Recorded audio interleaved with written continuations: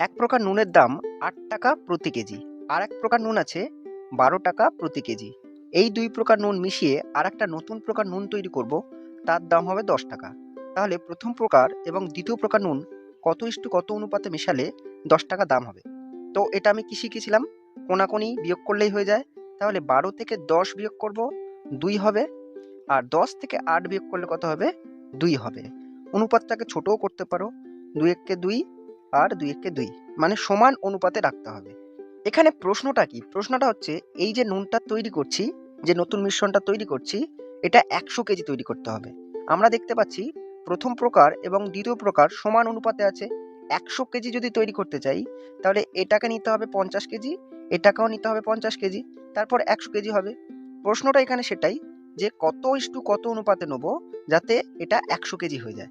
তাহলে এই ২ প্রকার নুন ৫০ কেজি করে মেশাতে হবে। এটাই আমাদের উত্তর, ৫০ আমাদের উত্তর। ভিডিওটা ভালো লাগলে লাইক করে দিও।